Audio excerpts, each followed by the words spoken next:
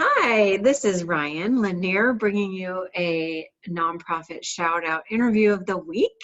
I am super excited to be interviewing Nancy McCraney with Hospice Austin. I've learned so much about this entity recently, becoming more and more involved with them through other avenues.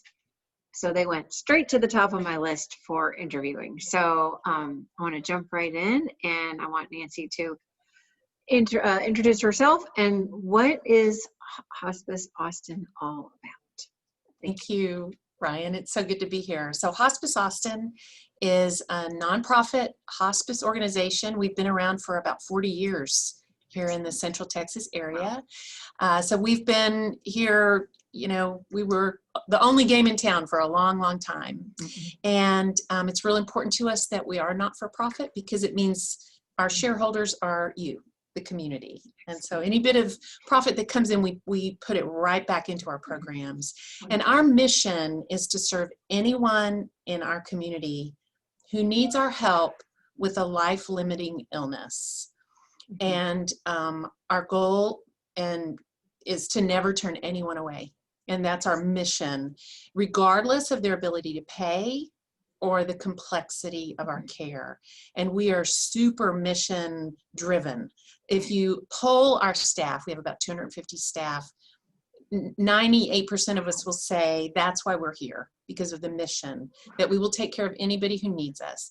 And we provide end-of-life care and palliative care and bereavement care to people in a way that is dignified, that's focused on who they are and what they need. So we really have trained ourselves and are constantly reminding ourselves to keep the focus not on the disease, but on the person. The disease is important, but it's not the most important thing. The most important thing is this person and this family or this circle of care and how we can support people through a really tender and difficult, challenging time. Sure. So that's what we do. And then we provide bereavement care for the people that love them for as long as they need it after the death. And we have a really robust bereavement program. And so I'm the director of volunteer and bereavement services. And so I have a lot to say about all of that. Yes. Yeah. That I love that whole team approach, and not so much, you know, and it's not just that there are phases involved, you know, from start to finish. And, you know, you really give me new perspectives on ways I had not thought of it. Did you say 250 staff? We do. So we serve a 5-county area. Yes. We serve, you know, Travis, but also Williamson, Bastrop, Caldwell, and Hayes counties. So we have to have a lot of staff, and included in that we have physicians. So we have our own physicians and nurse practitioners. We have RNs. We have the RN case managers, but we have float nurses and visit nurses. You know, you have to have a lot of people because it's you know, a lot of care. Then we have social workers, we have chaplains, we have home health aides, and then we have people in the business office and people raising money for us, and then bereavement staff, and you know, it's a really big organization, and I love it. I've worked here for almost 20 years, and I started out as a chaplain. I do love it, and I've gone other places. Like I worked here for a little while, and then when my kids were small, I needed a little bit of a break. You know, you can get kind of full of hard stories, and you know, it's not easy to be in proximity of other people's great pain day after day after day. So I took about a 5-year break, and then it's like a bungee cord. There are a lot of us that have, you know, gone somewhere else for a few years, and then we come right back because the work is so good. It's so fulfilling, and it's, you know, you get up every day and you don't have to wonder, wow, you know, does my work matter in the world?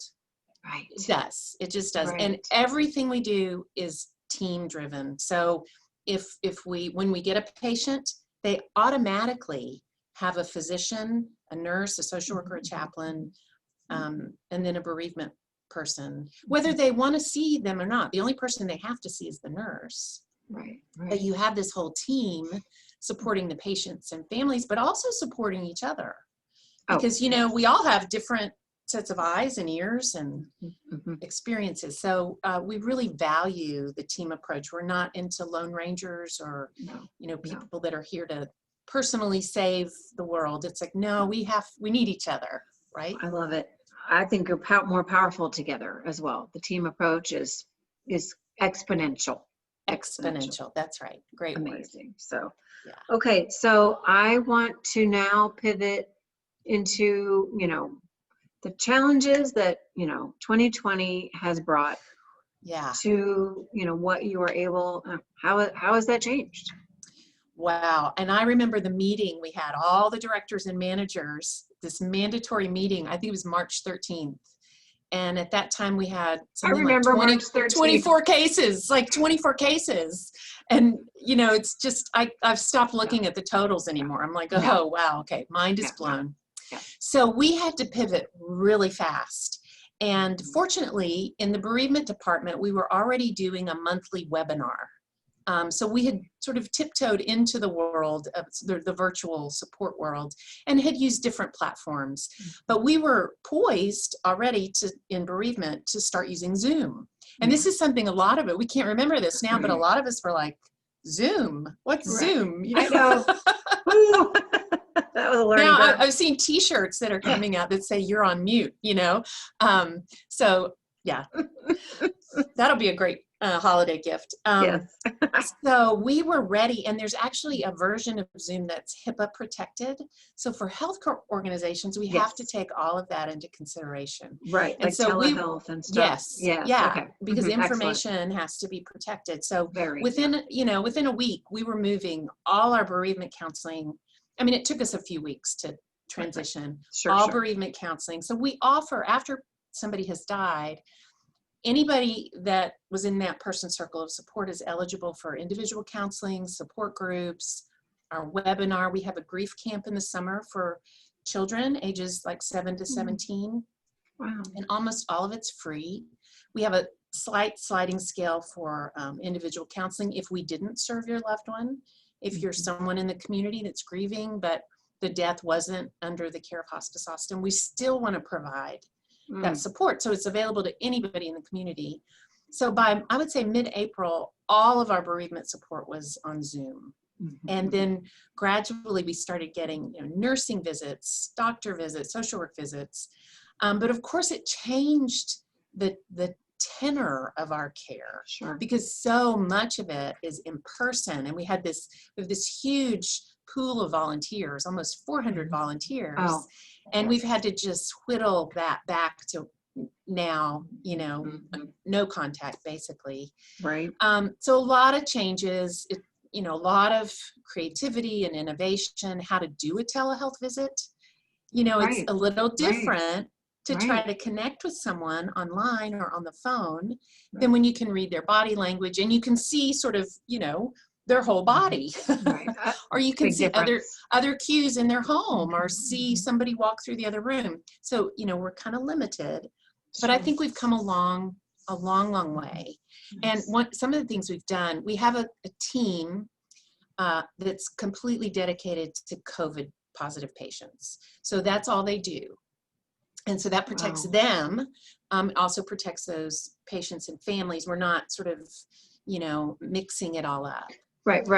A higher level of security. Just precaution. Precaution. Thank you. And also it sort of buffers that particular team from being pulled, like they can really focus on these people in this precarious time in their life. And maybe the COVID-19 might be a secondary illness. It might not be their hospice illness. And quite often it's not. And then of course our inpatient facility, Christopher House, which is a beautiful inpatient facility on East Martin Luther King Jr. Boulevard.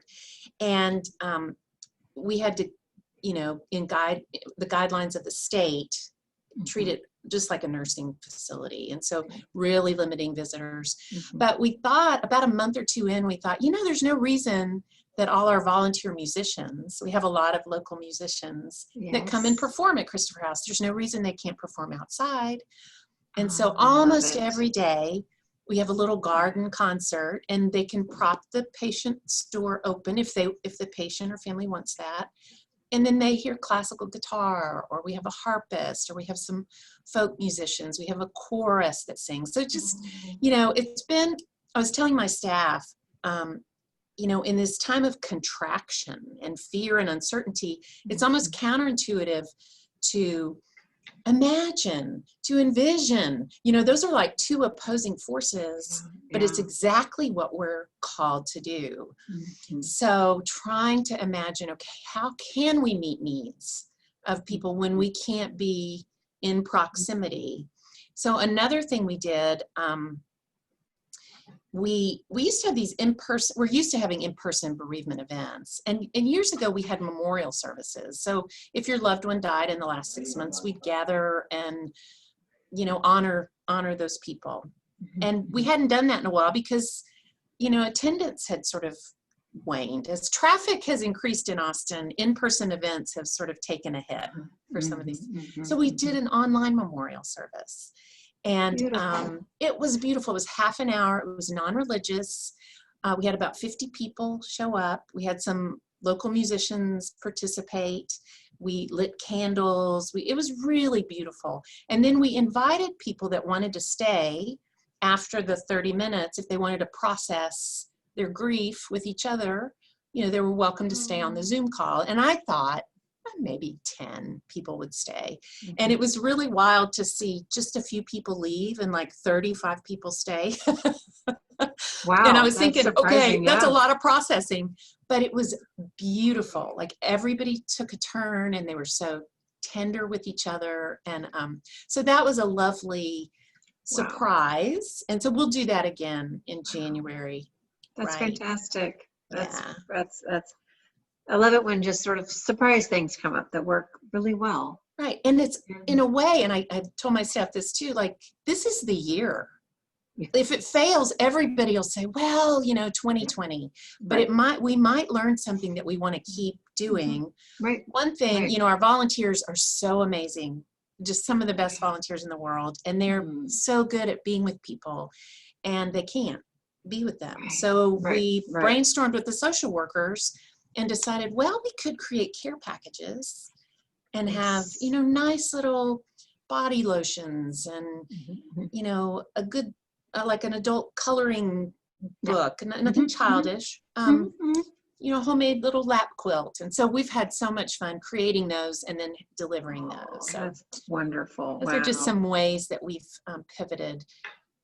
We also have a COVID task force that's made up of like our executive director, some of our physicians, our nurse educator, to keep us, up to date with the latest federal, state, local information, because we're still learning a lot about this pandemic, and because we need to be really nimble and respond. And that's what we're really good at, is responding to what the community needs. And so I often will go to them and say, like, are we going to be able to have an in-person Camp Braveheart?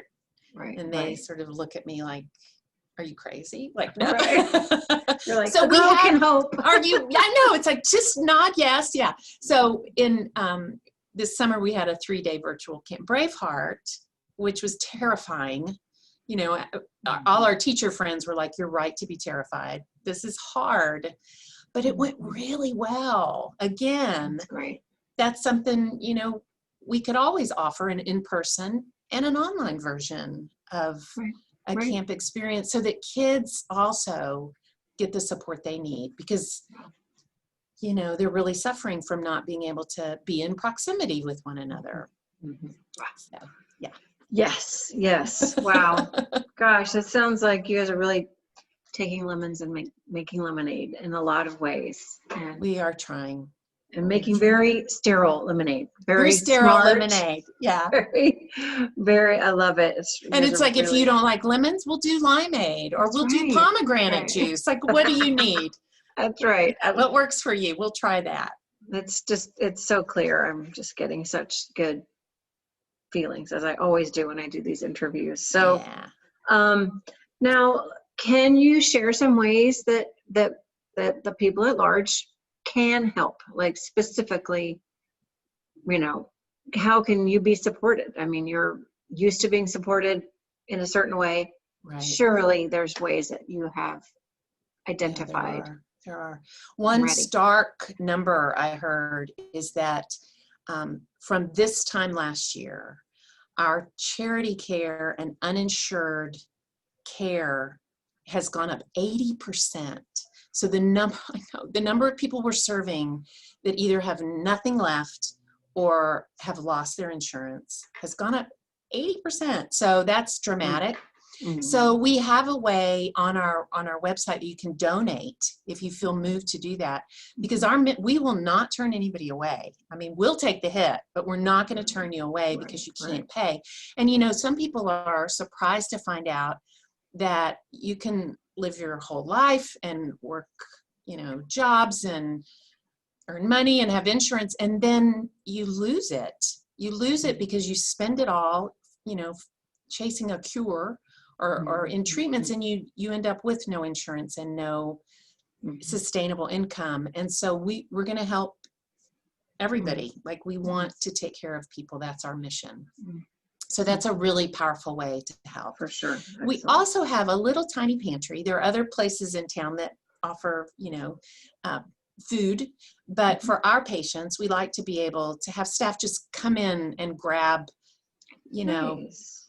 2 bags of food. And the food that people seem to appreciate the most is food that's easy to prepare and easy to digest. So macaroni and cheese, canned SpaghettiOs or ravioli, beans and rice, Ensure flies off the shelves. Sure. We can't keep it on the shelves. Right. Little things of juice or cereal, just things that you think about if you're sick and you don't want to, but you got to eat and you need to be able to digest it. So that's another lovely way people have helped us, because we've seen a little increase in food insecurity in the last few months.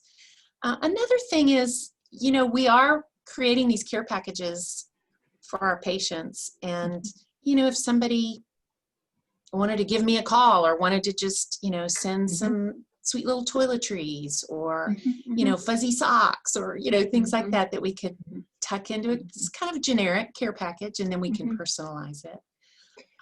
Right now, we're not training new volunteers simply because we're not using our current ones, but in normal times, and hopefully there'll be some semblance of normalcy sometime. We train volunteers twice a year, and it gives us great joy to do that. And we have musician volunteers, we have pet volunteers, people that bring their dogs to our inpatient facility. We have one volunteer that will take her dog into people's homes. We're very careful. We have to have proof of training and all that kind of stuff. Of course. Just all kinds of things that people can do. We have quilters that donate the little lap quilts or homemade pillowcases. So anything you think of that would offer you comfort, when you're really ill or your loved one is really ill, it might be something that we could utilize as well. Is that enough? Those are great ways. Okay. Those are great ways. So what's the one central location for all this information? hospiceaustin.org. Excellent. That's our website. Great. Wonderful. And you can, if people have questions, there's a way to submit that question. It gets to the right person, and fantastic. And we love for the community to reach out to us because we belong to the community. So yes. Yeah. Now, I felt like where is the main location, headquarters? So our office is on Spicewood Springs Road, right off Mopac. Yes. Just west of Mopac. And then our inpatient facility is on Martin Luther King. Okay. Yeah. A lot of people conflate the two, or they come to our office and they're talking really quietly. And I'll say, there are no patients in this building. It's just busy bees, getting the work done. Yeah. Okay. But most of the work we do is in people's homes. Right. So most of the people we serve are at home in a nursing facility, an assisted living facility. And I tell people, if we serve homeless people, we serve people in jail, we serve people in mansions, you name it. We've taken care of people in their cars, and then we work to try to find them adequate housing. But Right. when we say everybody, we mean everybody. We've taken care of celebrities, you know, all that's very protected, but Sure. really, and then I think it's also important to say everybody gets the same quality care. Mhm. We're not going to say, well, you live Right. in your car, so you only get one nursing Yeah. visit a week. It's like, no, Yeah. you're a patient, and so you get the same care that everybody else does. So I love it. I mean, it's like people think, ooh, what a terrible job. But it's like, no, what a fulfilling job. That's how I'll be I see it. honest. I'll be honest. I was that same, like, oh, but I mean, Yeah. I see so much more now just from where you're coming from. And gosh, what a blessing. It The whole really is. organization is that Yeah. it's a beautiful thing. Oh, it's just so beautiful. Is there anything that we haven't covered that you would feel that you would want to share with people watching this interview? You know, when it comes time, I think a lot of us think, well, I never have to think about that. But none of us gets out of here alive. And it's Right. such a gift to go ahead and think about for yourself, what would you like at the end of your life? Would you like to be at home? If you don't think it through, write it down and have those hard conversations. The statistics show you'll probably die in a hospital where your family will be separated from you to at least a certain, right now, very separated from Right. you. Yes. But yes. even in non-pandemic times, you know, you're not in your own home. And so I always tell people, including my own family, it's important for us to talk about this, what I would like my end to look like. And much like we have sort of reclaimed birth in our society, we need to reclaim death. It's like, what is that, you know, who do you want to be around you? Who do you definitely not want to be around you? You know, what do you want that to look like, in as much as you have choice in that? So that's what I would add. Yeah. Wow, that is some food for thought. It's very heartfelt advice. So, wow. Gosh, this is, as usual, you know, filled me so much to hear all the great things that you and so many nonprofits are doing to fill in the gaps. Right. A lot of gaps in our society. So Yeah. I really appreciate your time and how you've educated me and everybody watching today. And I look forward to sharing out the links for people to directly help in whatever way they can help. So, Thank you, Ryan. Thanks for doing these interviews. I think it's a great gift to our community. oh, Yeah. you know, people say that and I'm just like, I just love it. Seriously, it fills me. And it's just fun. I love talking to people and hearing these things. So win-win. Good for you. Yeah. Well, thank you so much. Thank And you, we'll Ryan. see you soon.